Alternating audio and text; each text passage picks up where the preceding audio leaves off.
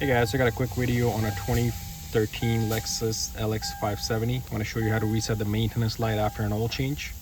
First thing we're going to do is turn the ignition to the on position. Once all the lights come on, let the display clear. You're going to press the odometer button to go to trip A.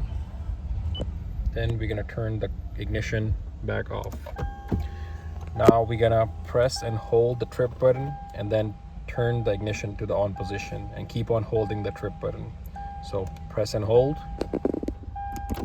ignition to the on position, press it twice, make sure the brake pedal is not pressed, and you'll see the countdown going backwards.